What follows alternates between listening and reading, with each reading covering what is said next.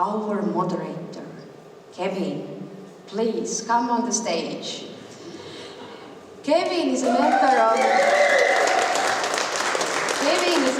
of the International Law Building Association, and you are working in the Preservation Committee. Yes.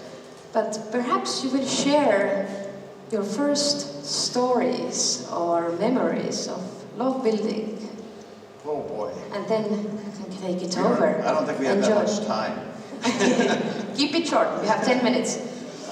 Oh boy. With log building, I got involved at an early age with construction, and I never really found out what I wanted to do in life.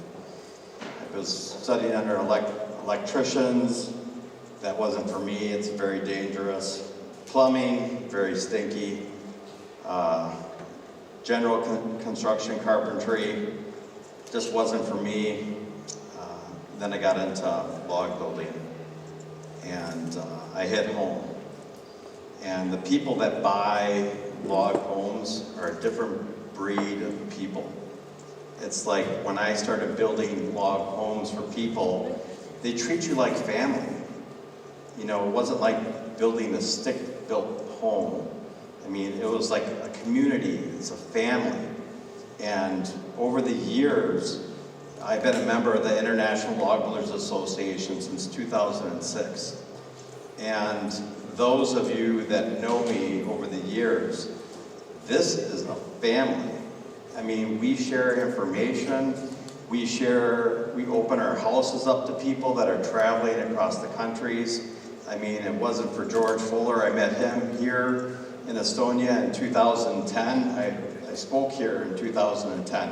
This was actually the first country I've ever visited in Europe. And, you know, it's like, this is like my home. You know, this is the first place I've been to. The second place I visited was George in Norway. He opened up his home to me. You know, we've been friends ever since, thanks to social media and Facebook marketing.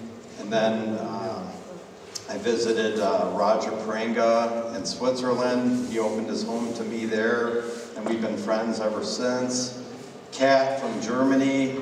I mean, this is a family. We share information, and it's just really great to be here and to be welcomed like this. But part of what we're talking about is preservation. You know, I'm not going to be talking about that now, but it's like, it's going to be a very important topic that we'll be talking about. But one of the things that we realize that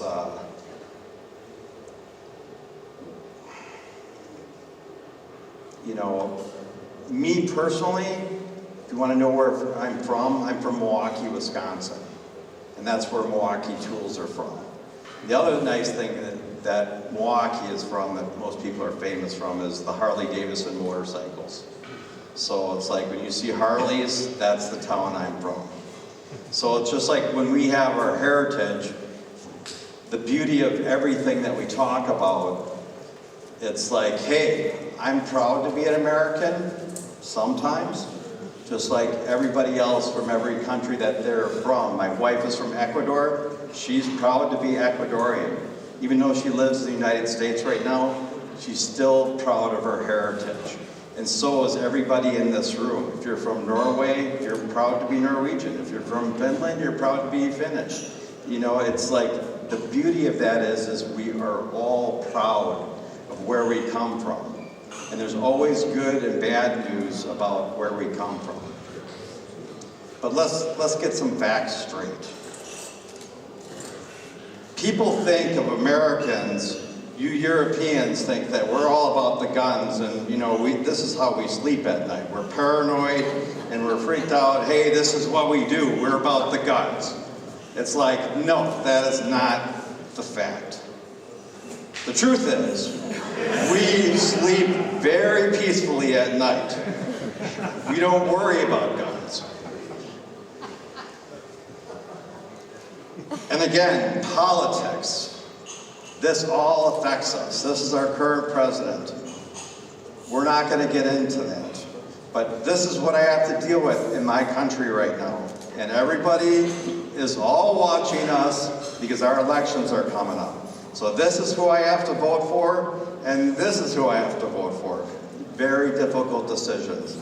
And these politicians are the ones that help us deciding the log building standards. You know, they decide whether or not we can build log homes. You know, they're making the laws that say, hey, yes, we can do this, or no, we can't do this. I mean, that makes a big difference, you know, and it's just like, we have hard choices that we have to make. You know, the good, the bad, the ugly.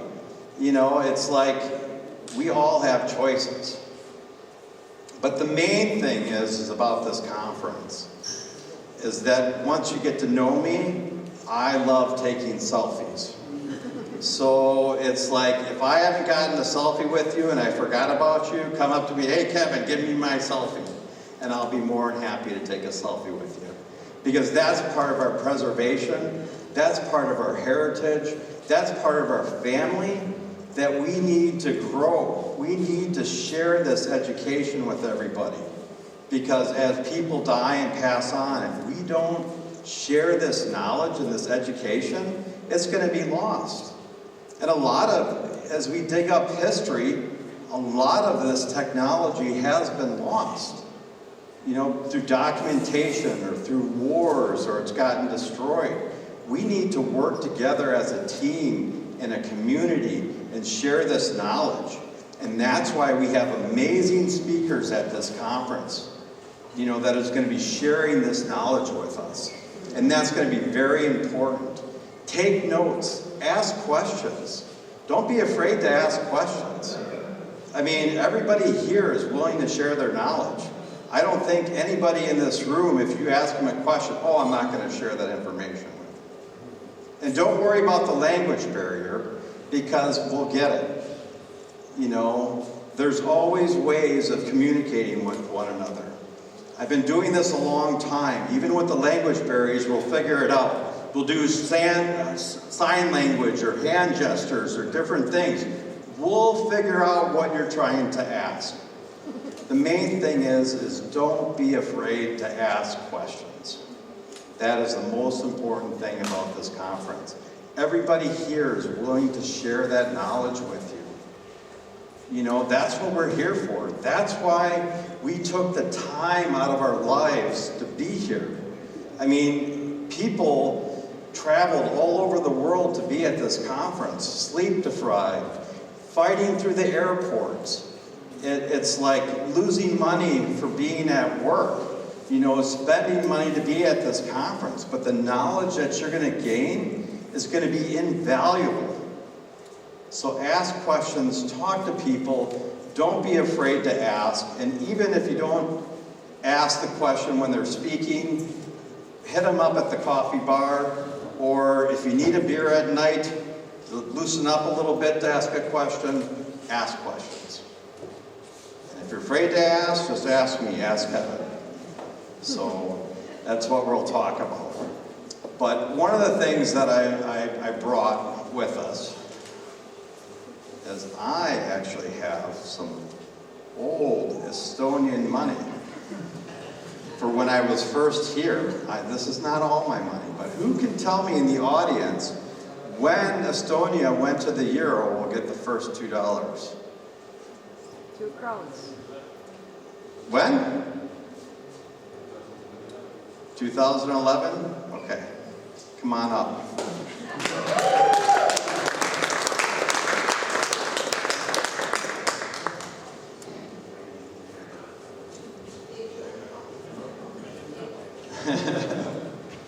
Okay, now there's a magical question.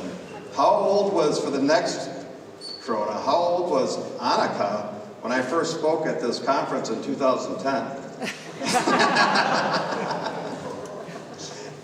You just have to be close within a couple of years.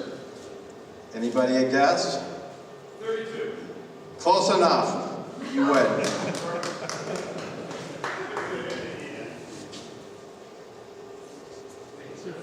Yes. So, I mean, that's part of the preservation that we have. It's like, you know, when I spoke here in 2010, she was 15 years old. She even was thinking about log building. She was playing with her Barbies. So it's like, but now she's part of this organization, and her heart and soul is into it.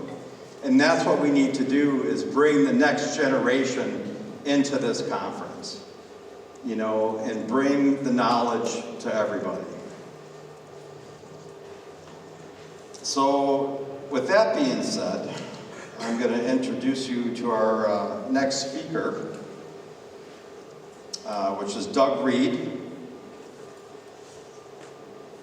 Doug is from Mercianburg, Pennsylvania. He's a U.S. builder, restorer, teacher, speaker, author, and my new best friend.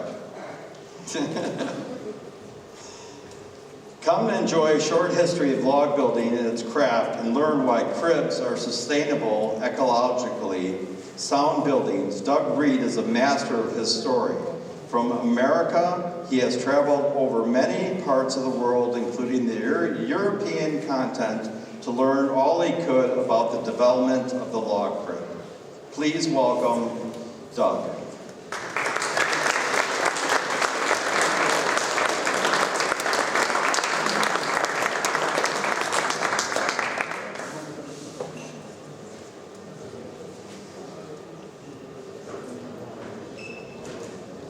Knock him dead, my friend. All right, buddy. You're a hard act to follow.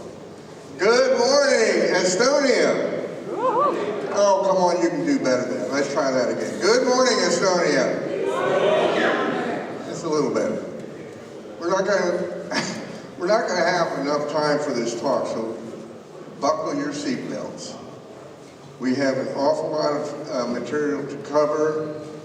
We're talking about 8,000 years of tradition. Now, I started out as a hands-on guy, just like the rest of you. I held the tools. I had a 1903 born. That was the year the man was born that taught me when I was 24. And he had a third-grade education. Now, my college education goes almost to the end of a PhD. So I had a lot of college education. I had a lot of carpentry background experience, kind of an unusual mix. But this man taught me stuff nobody who's ever been in a college would ever know. You guys know this. It's called muscle memory. And the two of us need to come together, the scholarly community and the worker community. And without that, we only have half the story. Now let me tell you about expert.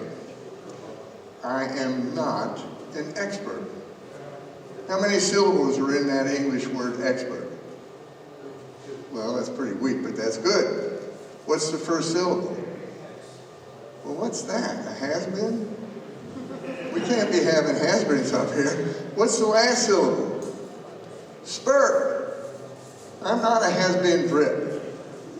I hope you agree with that when we get done here. Okay, now I got to do this.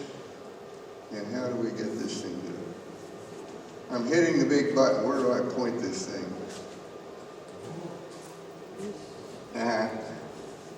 Thank you.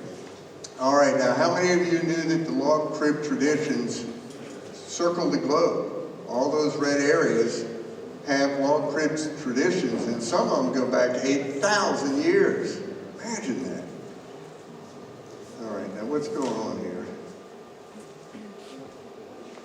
All right, advance the slide, thank you. There's a huge variety that we cannot begin to cover in date, time, or presence. I mean, this is from Japan to the Ukraine to here, all over Europe, all over the world. The variety is amazing, but there are two things that are common to all these log buildings.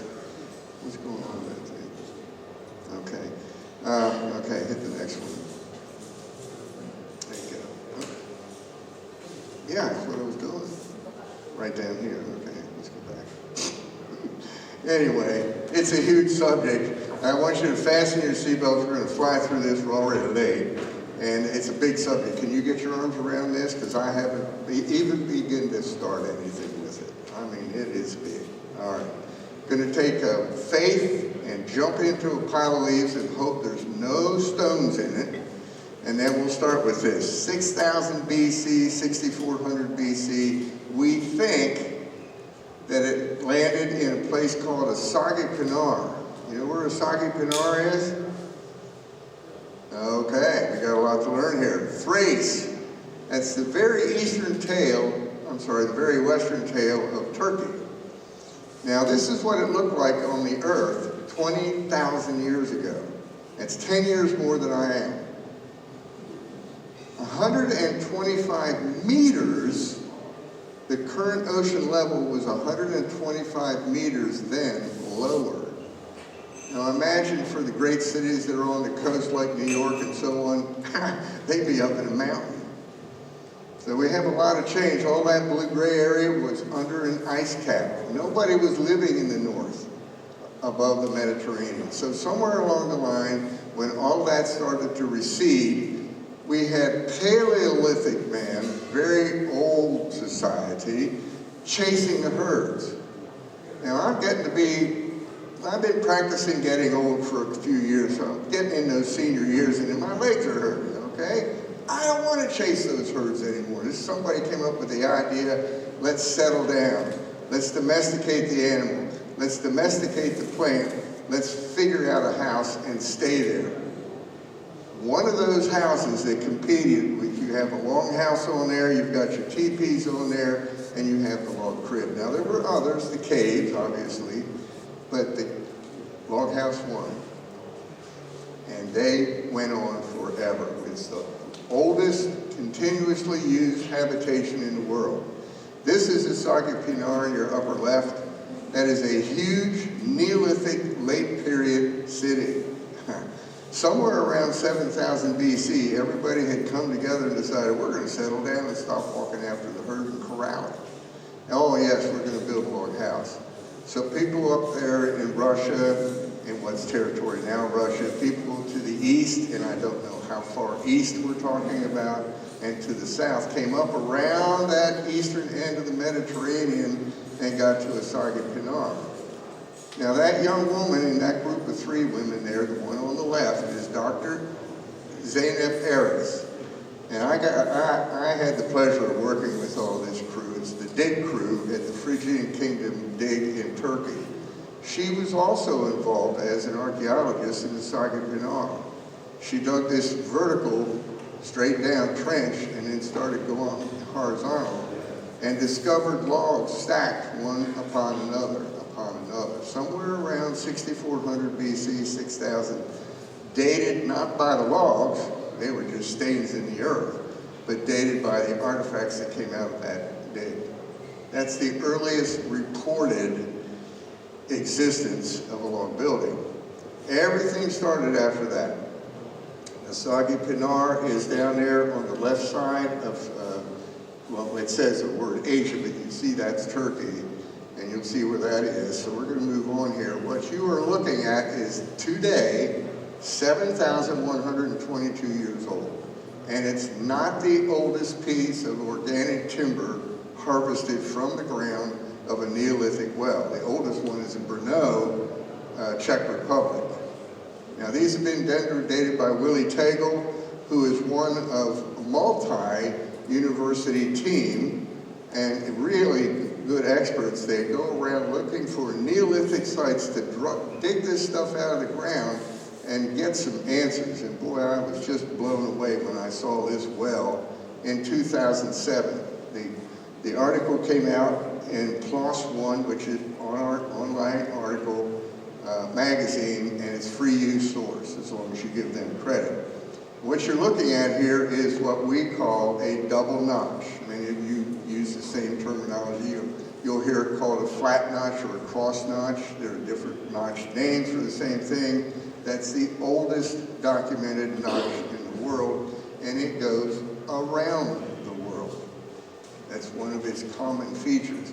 This is the well casing that came out of Leipzig, Germany. The piece that you just saw in the museum is down in Chemnitz. It's about an hour south of Leipzig. If you get there to see it, you can see the oldest piece of world history on display of wood. Now notice that bottom course, the lowest course in the well. Now mind you, this thing's 7,000 years old by date. And we have a very sophisticated lower course. That's not just log work, that is timber framing. The oldest identified timber framing in the world. I got to touch that. You know, it just sent a bolt of electricity through me to find out everything I could about this stuff. What amazes me is that we were talking about Neolithic man thousands of years before any metal edge tools came out. They had wood, bone, and stone tools.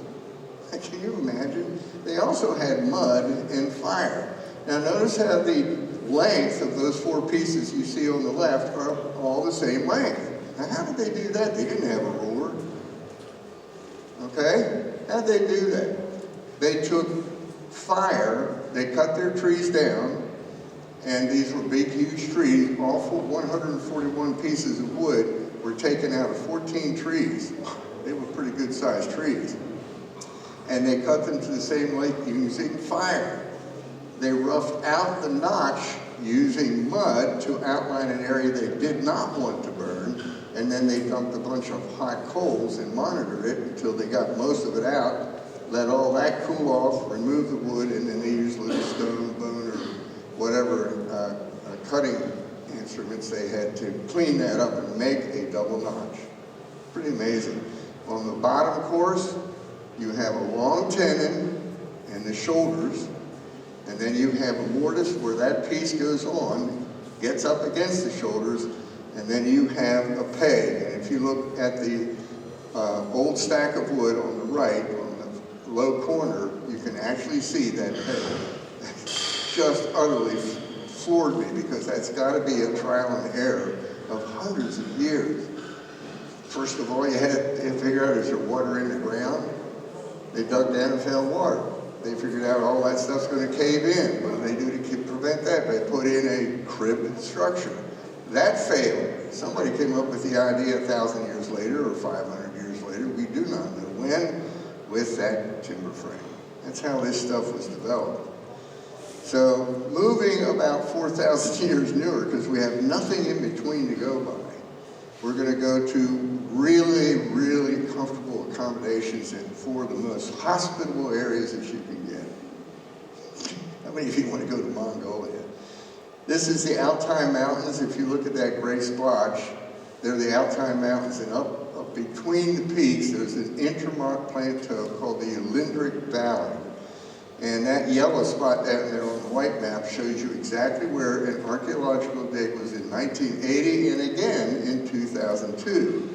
And what they wanted to do was to dig up a tomb they had discovered in 1980 and see if they could pull a dendrodate off of it.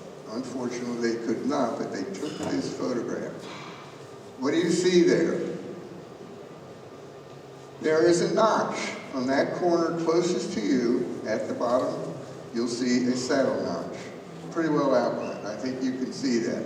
Please keep this image in your head and travel very swiftly to the opposite side of the globe. And actually that turns out to be a home state for me. That's Ohio, United States, where the first people, you know them as American Indians or natives, they were doing the exact same thing at the same time. Now you're looking at this tomb chamber for the Scythians between the 9th century BC and the 2nd century BC. The American Indian, I call the first people, were doing the same thing between the 6th century BC and the 2nd century BC. Same time, as far apart as you could get. Amazing. This is the mounds. You can see on the right one at the top, that's the Hawking County mound. You'll see 4 posts in the intermediate pieces. These are 1860 drawings done by Squires and Davis, and they didn't know about stratigraphy, but they certainly did good drawings, and this is what we have. Down on the lower left, there's a section and a plan of another set of crypts from the Harness Mound. They built these huge mounds, and they were burial mounds, some of them. And then the one at the top is cornered, just like the one you saw in the Elandric Valley. Same period, opposite side.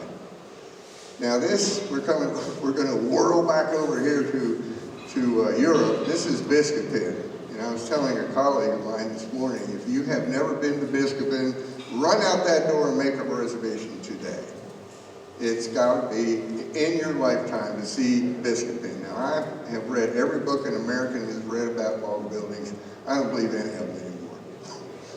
I came over here, and nothing that I was reading, written by an American author of the history of the log house, matched what I was seeing over here, so I got very suspicious. Now I want to see the proof. You want proof? Go here. What you see is a recreation that they dug out of the ground, and you'll see a picture of that coming up here in a minute. It's a planned community. Same time period as those two crypts that we just saw. This is dated 1738, somewhere around that period BC. Okay, so we're still in the same first millennium before Christian era. They had curved streets to reduce wind load. These are post and panel log structures. Pretty complex structures. Tens of thousands of logs to build this 2-hectare defensive village around the Biskopin Lake. It's a little bit west of central Poland. And you can see here where the mud of the lake was drying up. There's a coffer dam. They got the water out of there. The mud you can see on the right. And then the excavation, this is a 1939 photograph before World War II. They had uncovered all of the debris of the burned down walls and roof. And you're seeing the floor plan now. That's that circle of stones you will see here as the hearth in this drawing. The great room, you can see the vertical posts have the trough tenons in them, a long groove into which the horizontal logs fit.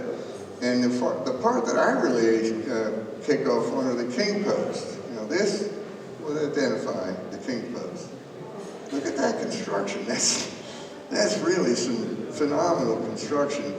Down to the detail of raised roadways that were planked above the ground so that water came pouring off the roof in the rainstorms, hit the road and got below the road and funneled either way off into the pond, off into the lake, I should say. Amazing construction. Same period, we're going to move down into Turkey. I'm standing on the mound that used to be the capital city of the Phrygian kingdom called Gordium. And I'm holding an Iron Age tool. Now that's 950 BC. That's an axe I'm holding. It's the largest collection of Iron Age tools in the world found because Gordium burned to the ground in 950 BC, they figure. And the king had his palace, and then all of the tool sheds and the weaving looms and the expensive shops were all around there, and that all burned down when they just buried it and started over again, capturing this collection of tools. Now, how many of you use a double-bitted axe? You know what I mean by a double-bitted axe? A pole axe that has a bit on one side and on the other. Okay, there's a few of you, not too many. Not only, we didn't touch this thing, it's so fragile, and the cloth that's around in the upper left, just, it's so fragile we couldn't, but you can see on the left side is a very round bit, that's for deep cutting, and on the right side, if you look carefully, that's a pretty straight bit, just a slight curve. That's exactly the proper way that we do it today for a double-bitted axe. When you're out there and producing a scoring, you want to cut deep where you have a lot of waste to get off. You want to cut shallow when you get down to that line. There it is, 950 BC. The tool to the right upper is a scorping or a scoring axe or an adze, a very small hand plane. You'll see the next shot coming up. Lower left, I think that's a mortising app, but they're just calling it an axe. Again, there's a lot of PhDs involved in this down there at that site. That's the University of Pennsylvania's dig site. And until I got there, they hadn't had any contractor look at it. So I knew what these things were. The guy on the right lower side is a socket firmer chisel, and its form is exactly like, I don't know how many of those I've got. I mean, a lot of these tools are exactly what we have today. I had no idea that it went back then. This is Iron Age period, obviously. Now that is, I went home after visiting Turkey, and in September of that year, they always have this show up where I live, and for crying out loud, I walked up there and bang, there was this axe. That is a hand axe made for a giant of a man. Now those of you who are really good about tool technology know that if you cross your thumb across that first knuckle, that is the size of your hand. And you want all the length of a tool, no matter how much that tool handle changes, to fit your hand for the perfect use. This guy's hand is so big I couldn't even hardly hold it. That bit is 4 inches. What is that, about 9 centimeters or something? That's a huge hand axe. And to use that thing for any length of time, you had to be a big guy. That's the only reason this tool still survives. All right, to the mound.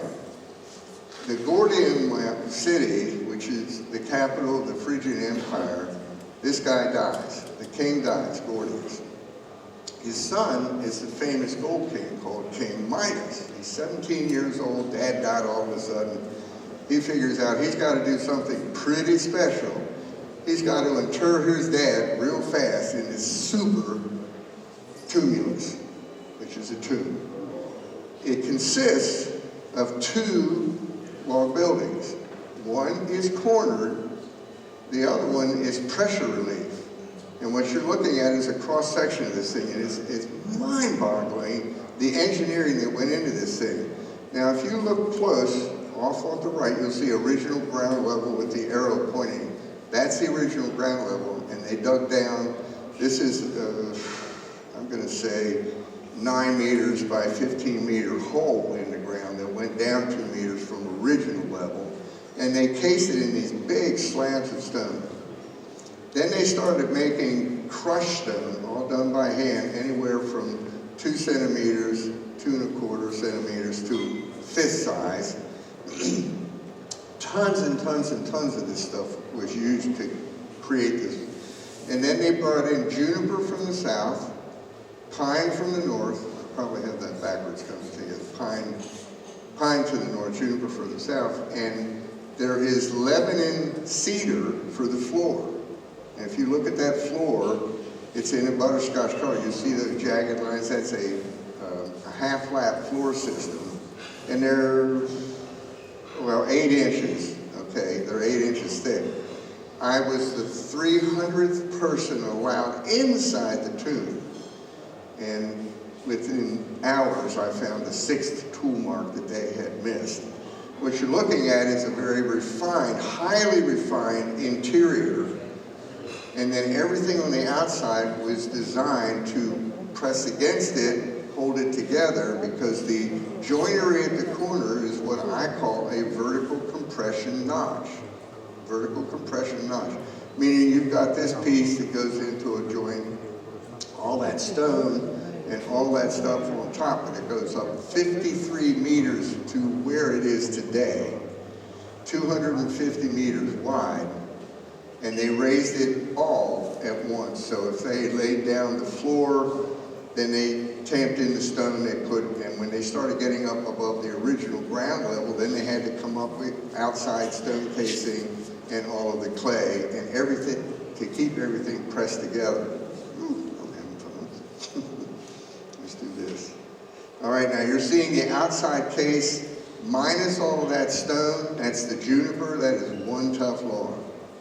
And if you look over here on the right, the man you see is Dr. Richard Liebhardt. He's the one that helped me get into this thing. It took me 3 years to get a visa from the Department of Antiquities in Turkey to get in here to study this. And he was watching me like a hawk. He had been in there 21 years. And within about 15 or 20 minutes, he decided I should stay for a week. I love him. Anyway, I apologize for me being in the shot. I wish I had gotten some kind of a photograph of the area without me being in there, but there on the left is the outside casing of juniper, and then there's this space, and then on the right is the inside casing of the pine, which is the finished cabinet appearance. And the photograph to the right shows a straight-on look at the end inside those two. And I could just barely get my shoulders up against both and get back in there. I wanted to see where they joined. I wanted to look at how these logs came together. And boy, it was a thrill to be able to do that. Looking at a plan, you can see the butterscotch color, like the pine, how they cut channels in horizontal logs about a meter, or half a meter in from the ends. They cut these channels so that each log going up, you had this vertical channel. And then you had the gable end logs fitting into that, and it was pressure that kept them together, and it worked. It worked. This is another tumulus around that area. You can see a vertical wall hitting the side wall and that joint in there, just so to make sure you understand what I'm talking about there. Coming up to the top is the roof structure. Imagine the tons and tons and tons of weight on any roof that went over this cabinet called this little cabinet. We had paired beams 5 high. And then notice the intermediate beams between those paired beams to keep them apart, because all the weight is pushing in, okay? Everything well thought out. This is a successful building. Now we're looking at the actual roof first piece that makes the slope. You can see a little hook there, and the piece above it is actually one piece of wood cut out to match that hook. That kept all the other beams that were pushing down on it in place, and these are big beams. And then of course all the stone and the dirt above it. Notice also, you can very faintly see this, there's a chalk line, a charcoal snap line there, a reference line. That certainly is the oldest reference line I've ever seen, and it was in plentiful use on that construction site. Look again at this perspective. You can see the paired beams, 4 of them together, 2 over 2. On the ends, they had these kind of like barbell cleats. They were missing when I got there. Okay, and then coming up, you can see the other 3 layers in the slope person. Look how big these things were. That's Dr. Liebhardt there. He's 6 feet, my height.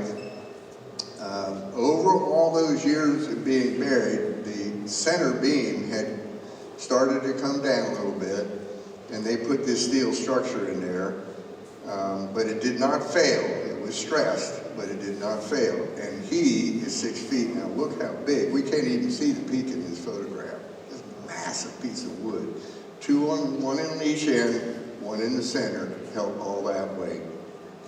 This is my photograph of the interior corner, and I also did something they had never seen anybody else do. I sat down, and there was one 22-inch, that's in inches, log that went a full 7.15 meter length. And I crossed my legs, and I just scooted down there marking all the signature nicks in the blades. You know, when you nick your blade and you're cutting, that leaves behind your tool mark. I identified one left-hand man, 4 right-hand men, and one of those right-hand men was the boss. He would go around correcting everybody else, all from those signature marks of their tools. And the other thing that we were able to ascertain, you know, sometimes when you raise a log that's tight on another log, it might stick out a little bit or be in a little bit. This guy went along and smoothed up those edges, and you could see where his hand adz would start up at the top and come across the intersection of 2 of them. It was really easy to see the works, the crew that made the logs and how they put it together. That was really fun to be part of that project. Japan. This is something I'm trying to, any of you who have pictures of log buildings from Japan, you're my best friends ever. I want to get some. This is from Japan, 8th century CE. We have jumped a whole bunch of years, okay? And I want to make sure that you understand this is one complex building. That's a triangulated log. Comes all the way through the flat sides. On the inside, you walk into this chamber, and it is a storehouse. It's a grain storehouse for one of the oldest shrines in the country. And I think you say Shosoin, something like that. And it is a Buddhist temple. And we have another one here. It's in Nara, Japan, also a Buddhist temple, and also believed to be the same age. But this is a plank log building, and it is nothing more than your standard double notch, but in a very refined session. Now here's what starts to get into my head. I just complicate everything. I'm looking at that structure from this photograph. The other one also has the same construction. You've got the pedestal to hold the building off the ground. You have a series of, I'm going to put that. You have a series of pedestals, and you put a main beam across that. And then you lay the floor. It's a nice big thick floor. It's all nice and level. And then you put your log crib on that. That's in Japan, 8th century. Where else do you see that exact same construction? Norway, Sweden, Finland, Karelia, East Russia. You can bring it down into, I've seen it in Turkey. It's a little rougher down there, but you get the grain houses off the ground, and that's exactly how they are built. You go to the Norse Folk Museum in Oslo, you go to the Skansen in Stockholm, you go to Sorasari in Helsinki, they all have this. Isn't that interesting? That on either side of the globe, we're building log crypts, burying people in the ground, and we've got this tradition in Japan, which is way out there in the East. Where did this stuff start? Who brought it along? There's a lot of theory out there, but as you know, I'm not going to be the one to tell you because I don't think we're close. We have a lot to learn. Jumping back into Nubedal, which I think is South Norway. Kai, is Nubedal down there in the south coast of Norway? Okay. This is a building that you'll see in Oslo at the Norse Folk Museum. It's one of the older ones on display. And on either side of that door are carved runic panels.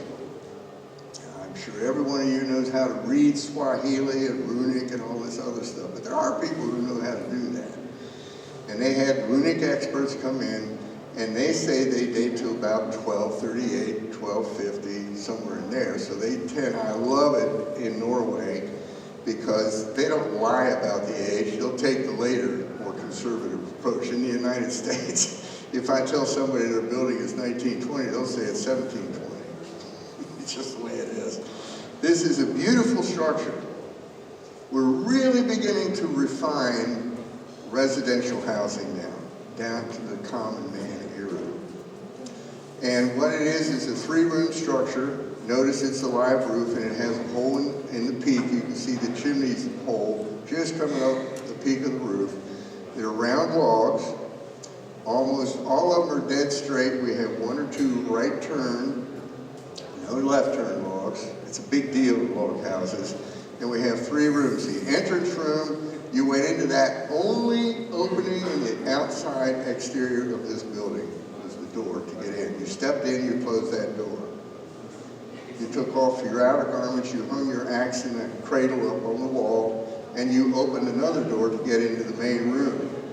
If you turned and made another left and came to this second door, there's a room behind this one that's the same size for storage of things, whatever that was. It was not a bed chamber. Everybody lived in the common room, had a clay floor, a dirt-filled bench, which was a sleeping bench, an eating bench, a working bench for everything that you did. All the members of the family laid head to toe on this thing, all the way around. Pretty simple structure, but look how beautiful that is. I mean, there's some real workmanship in this thing. Okay? Now, this is in Romania. And what astounded me about this whole business of, I come over here and there's no spaced log structures. And by that I mean there are two basic types of walls. Log on log, most of which are scribed. And if we can see in the smoke zone over here, that's a scribed log structure. In America, extremely rare to find one of those. Now, why is that? You're out there, somebody convinces you you're a Finn, living in a Finnskogen up there in the north of Sweden, and they say, hey, you're going over to America. Oh, really? I didn't know that. Well, they sent him over there.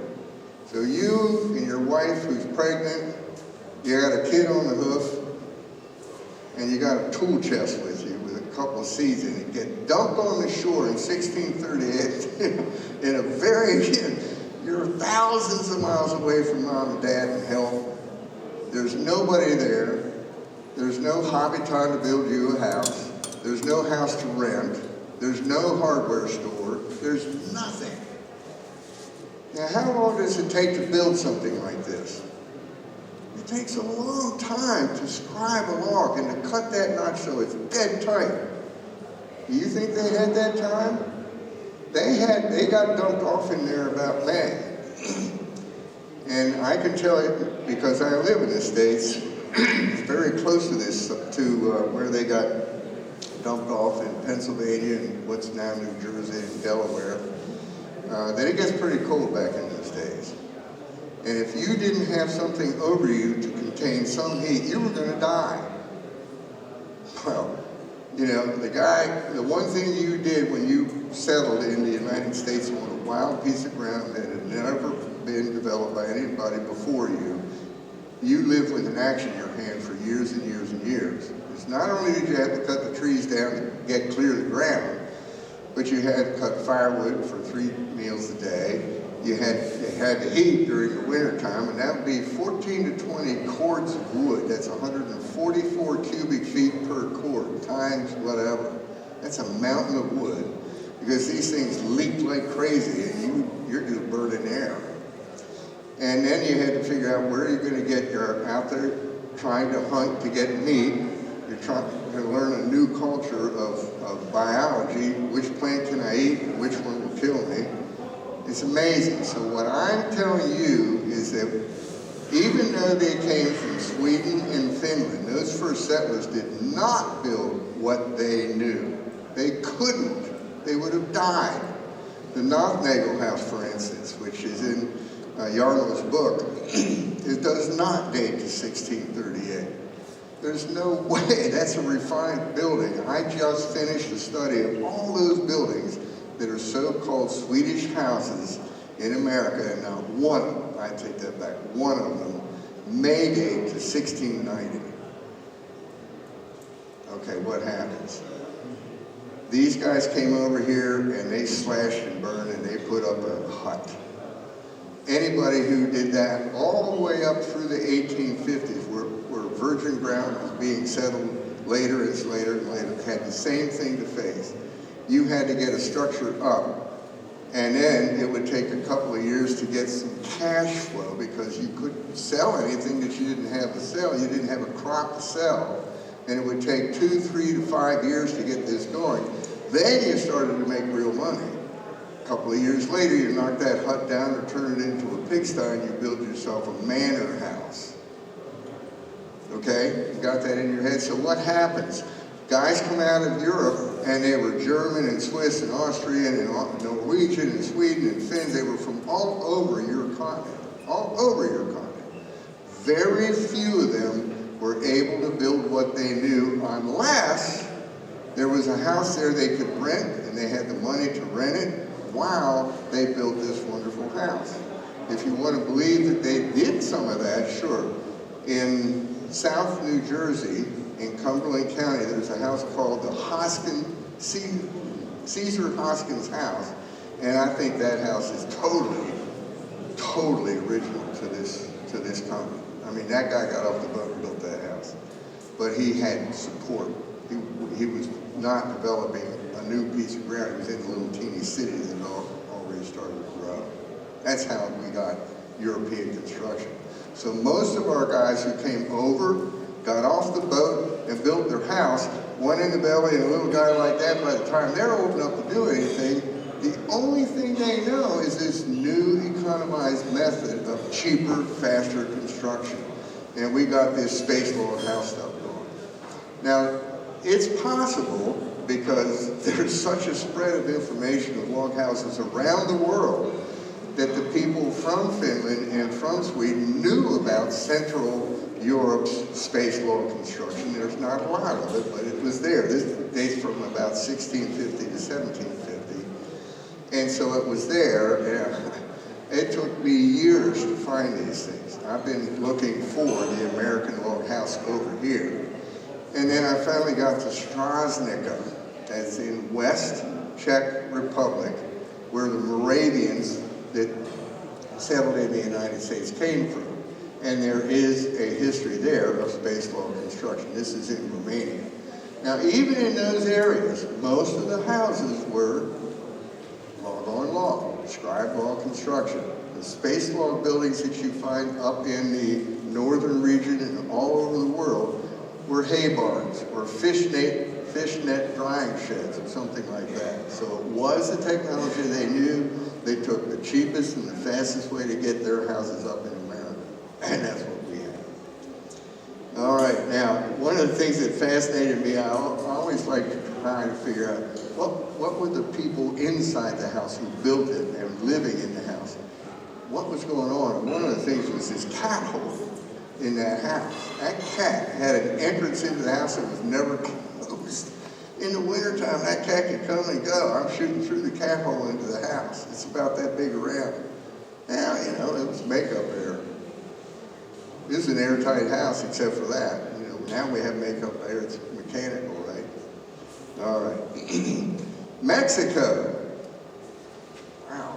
I was in Mexico as a Marine back in 67 or 68, and I wasn't looking at houses. I didn't see any of these.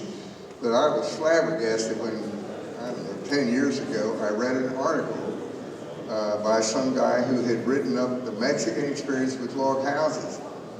Germans were hired by the Spaniards to go to Mexico in 1538 to dig gold. They gave them all the tools and supplies they needed and said, go build a village and get to digging gold. I can't tell, they probably all died over there because they didn't find a stick of gold. But they sure impressed the local indigenous people with their construction techniques. And today, you know that Google thing that goes down the road, they got that little spinning camera? A lot of small villages in Mexico, in the forested areas, you can drop down and go, you know, you can keep scooting the car forward and you'll see log buildings like this off to the right and left. Scattered all over that country. Flabbergasted. Okay, come on. There we go. Oops. Now, let's talk about notches a little bit. The oldest notch that we know of is the flat notch. This is two flat surfaces that's in the neck of the notch. What happens on the outside of the head, the piece that extends off of the building face is called the head. The piece that actually overlays is called the neck, and of course the log is the body. So the body, the neck, and the head. And if you cut off the head, then you have a straight flat notch. That's what that is, okay?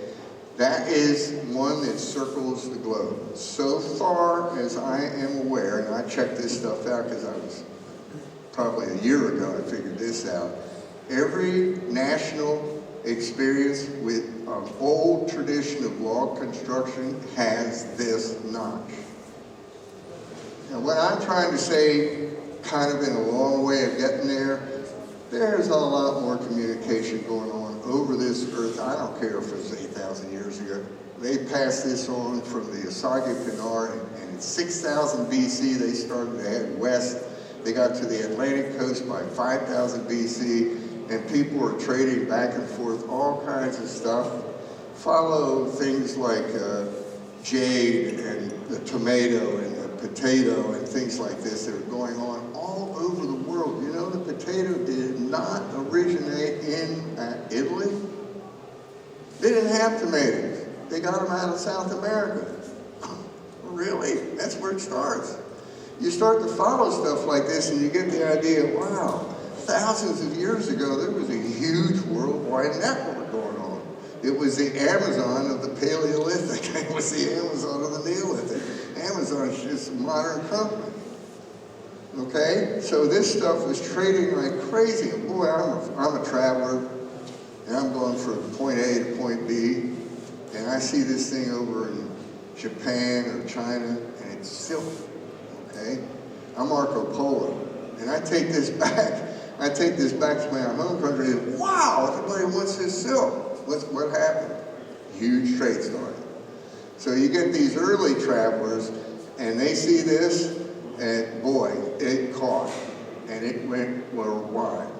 Now, there we go. Flat notch on the top row, all the way over to the right, with the extended head. That's a double notch. Okay, you can also call that a double flat notch. What happens in that 1915 photograph on the right is they cut those off in the United States. That was just another piece of work they didn't need to do. So they cut that off, and then they would board these houses up to keep them nice and tight. Down there on the left, for three of them, you have a finished diamond notch, and then you have in the middle a saddle notch. Now, saddle notches here can also have pieces going on in the neck that you can't see. So we have to be careful when we're using a common term like a saddle notch. In my country, a saddle notch is a half round. That's it, period, done. But over here, a saddle notch can also have that blocking piece in the middle that locks that log together a little better. The next one, which is the second one in from the left, I thought was a finished knot. Now I'm going to ask you all who know this better than I do, where do you think that six-sided notch came from? Is that in Finland? Anybody know? Seriously, I'm answering a question. I do not know that answer. I thought these were finished notches, but I can't find the answer now. The next notch over is a four-sided diamond notch in America. Now let me show you something. Ever since I have started to come over here, I brought these 4 photographs with me, plus drawings, and I asked everybody I met, Anders Hughes and Paolo, got asked this question: have you seen this diamond notch? The answer was always no to everyone in this country, in this continent. Now I have I've visited all the way from Turkey up to Norway and southern France, Milan, Italy, north, all the way up to Lapland. Nobody ever says they've seen this notch. You get to the V notch, okay?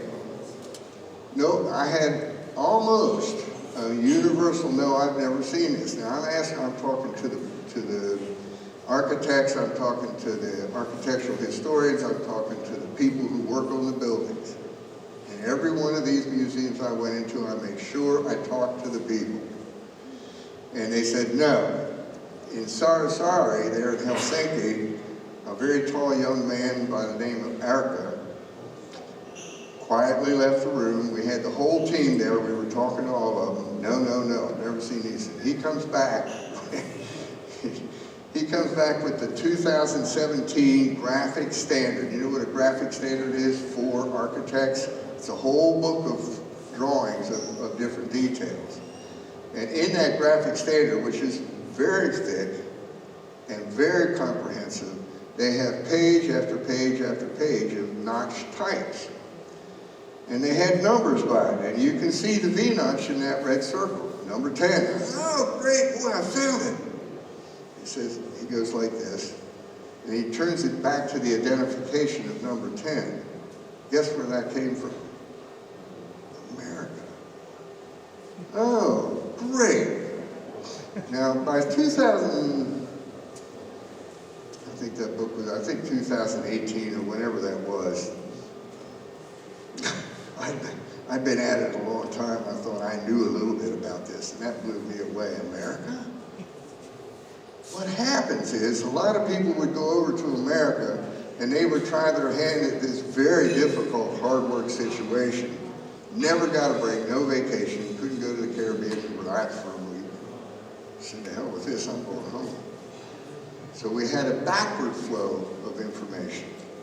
And one of the things that happened with the Swedes and the Finns and various other cultures is that they would see this simplified, fast way of getting a building up and getting settled into it versus this highly complex construction just like we see over here. Possible? Sure, it's possible. If you take that notch and you look at a Swedish or a Finn, what I was calling a hexagonal notch, but now I know its proper name is the Finnish diamond notch. And I forget the name of the guy, the architect, who did a really good video on that. Boy, there it is. Now, the only place in Europe so far that I personally have seen it is in Norfolk Museum, building number 133 is like a 1,300 or 1,400 granary raised off the ground on those pedestals. And this is a set of steps that's new that they built to get people upstairs. Okay? Amazing stuff. So we're really at the end of this talk. I want to save some time for questions, but how can I not mention Estonia? Now, you know, there's a lot of notches. Carl Tahasi, I don't know how to say that name, wrote that book on the vernacular architecture of Estonia. You're seeing only a few of the notch designs that he has in there. He's got the name. But you know what I think? Estonia was owned by a whole lot of countries. Poland, Germany, everybody around that at one point in time controlled them. So they got all this technology influxing in and coming back out. So I think what this is a compilation over 8 centuries of not being free of all kinds of other things going on. So Estonia is in a very critical, very special place. And folks, I love this country. It is just like our friend Kevin said, I just think the people here are the best friends I've got. And you all are now my friends. I can't help it. I just love all of you. If you have any questions, now's the time to ask. Okay? Anything. Doesn't matter. If you don't want to do it in this forum, what we can do is you get me outside. I'm here the whole week I should say, and would be happy to work with you. I hope that if I've misspoken, you will let me know. I don't want to be wrong. I want to be right. Okay? Anybody have any questions about notches or other types of things? Doug, what is one of the best books out there on notches? Well, actually, the Estonian book written by Carl Tahasi is very good. It's out of print. And then up in Finland, along the east, north of Helsinki is Pielisen. And there was a guy in there who started that museum, and that book is extremely good. I'd have to get the name, I could send it to you. And then, of course, Herman Fleps, boy, he wrote a really, really good book. Now, he was born in Poland, but he lived most of his life and taught in Germany, but he traveled the continent, and that is The Craft of Log Building. That has been translated into English, but it's in the original German over here. I highly recommend any one of those 3. And then in Norway, there's Anneberg. I don't know the title of his works, but he wrote book after book after book after book. Very, very good detailed information there. So each of your countries tends to have that magic book for that country. Some of them go beyond that. And I collect all that stuff, so I've got a pretty good library of books. I don't think any of them are covering the entire subject, and none of them go into the ancient history of what I just talked about. Okay? Anybody else? You all ready to go out and start building? Get up here, get a job? All right. Well, thank you very much, folks.